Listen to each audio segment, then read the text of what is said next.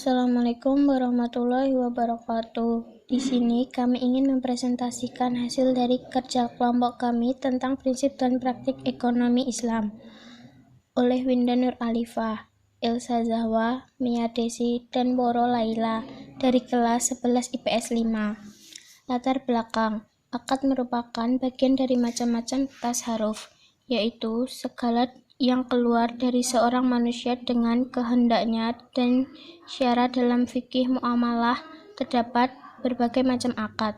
Hal ini terjadi karena berlainan objek. Masyarakat atau agama sendiri telah memberikan nama-nama itu untuk membedakan yang satu dengan yang lainnya. Berbagai macam akad tersebut dibagi dalam dua kelompok, yaitu ukudun musamatun dan ukud khairu musamah. Selanjutnya, mengenai macam-macam akad yang terdapat dalam fikih muamalah, penulis akan merucut pada akad syirkah.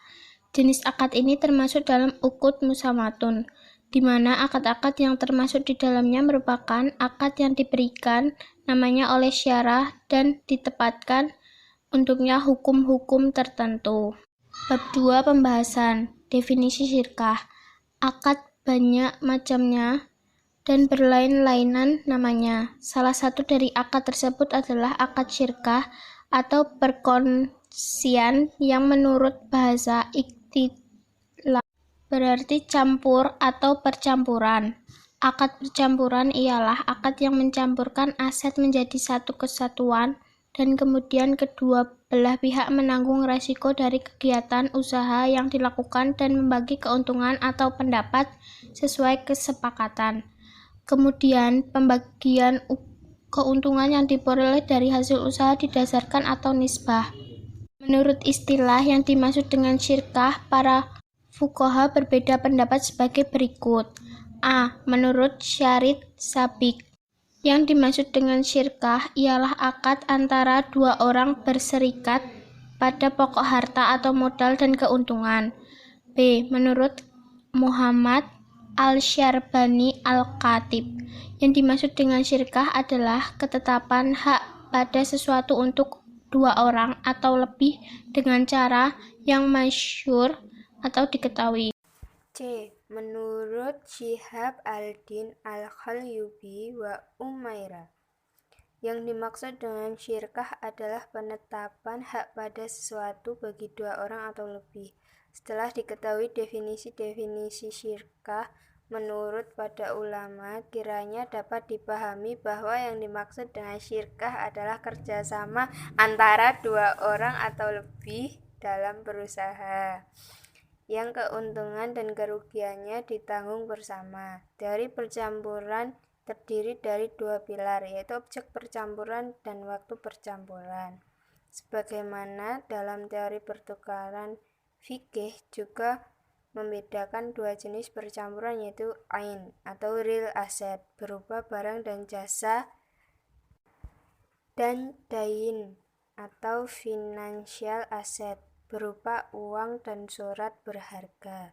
Dari segi waktunya, naqdan atau immediate delivery, yakni penyerahan saat itu juga, dan ghairu naqdan atau deferred delivery, yakni penyerahan kemudian, dan dapat diidentifikasi tiga jenis percampuran: percampuran ain dengan ain, percampuran ain dengan dain, percampuran dain dengan dain.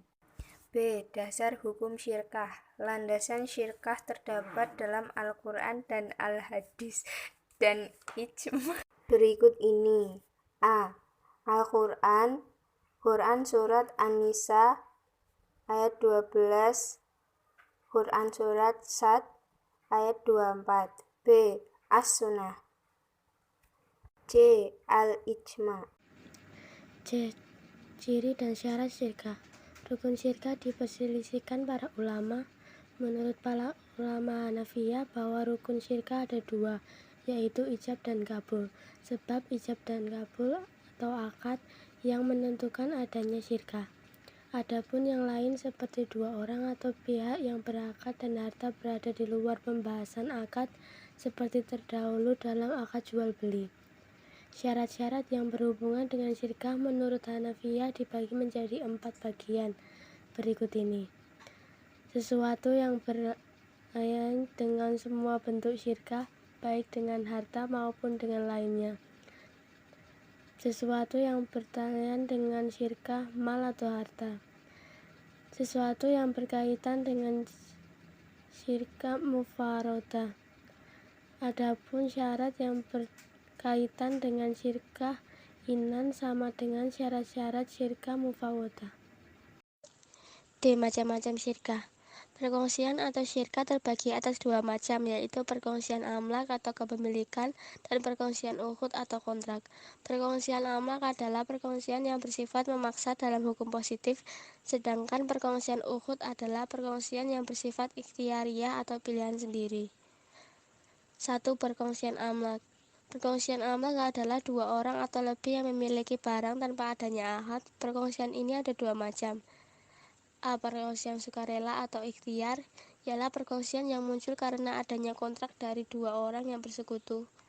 B. Perkongsian paksaan atau ijbar, ialah perkongsian yang ditetapkan kepada 2 orang atau lebih, bukan didasarkan atas perbuatan keduanya, seperti 2 orang mewariskan sesuatu, maka yang diberi waris menjadi sekutu mereka. 2. Perkongsian ukhud.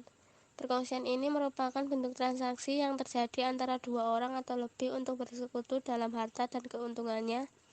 Menurut ulama Hanabilah, perkongsian ini dibagi menjadi 5, yaitu A. Perkongsian inan, B. Perkongsian mufahidah, C. Perkongsian abdan, D. Perkongsian wujuh, E. Perkongsian mudarobah.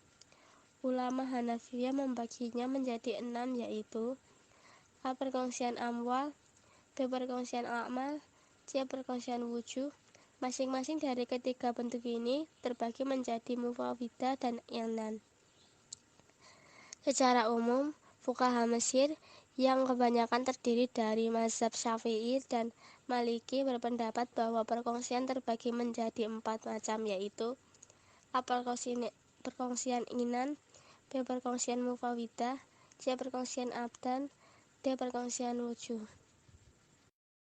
Bab 3. Penutup.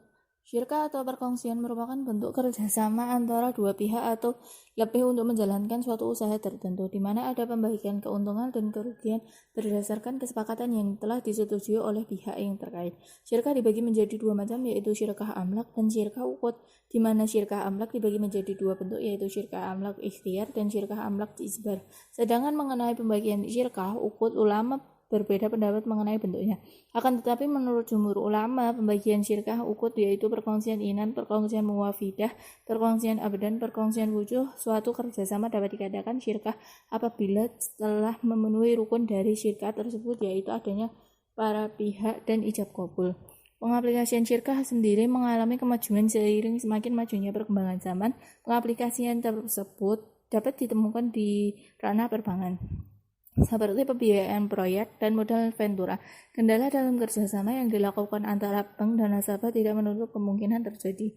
Maka alternatif yang dapat dipakai untuk menyelesaikan kendala atau sengketa adalah dengan musyawarah, mediasi perbankan melalui badan arbitrase, melalui pengadilan dalam lingkup pengadilan umum. Demikian yang dapat disampaikan penulis mengenai syirkah. Kami menyadari banyak kekurangan penulisan, maka dari itu kritik dan saran yang membangun dari pembaca kami harapkan sebagai referensi kami dalam penulisan makalah ke depan. Harapan penulis semoga makalah ini bermanfaat dan menambah pengetahuan pembaca. Sekian, wassalamualaikum warahmatullahi wabarakatuh.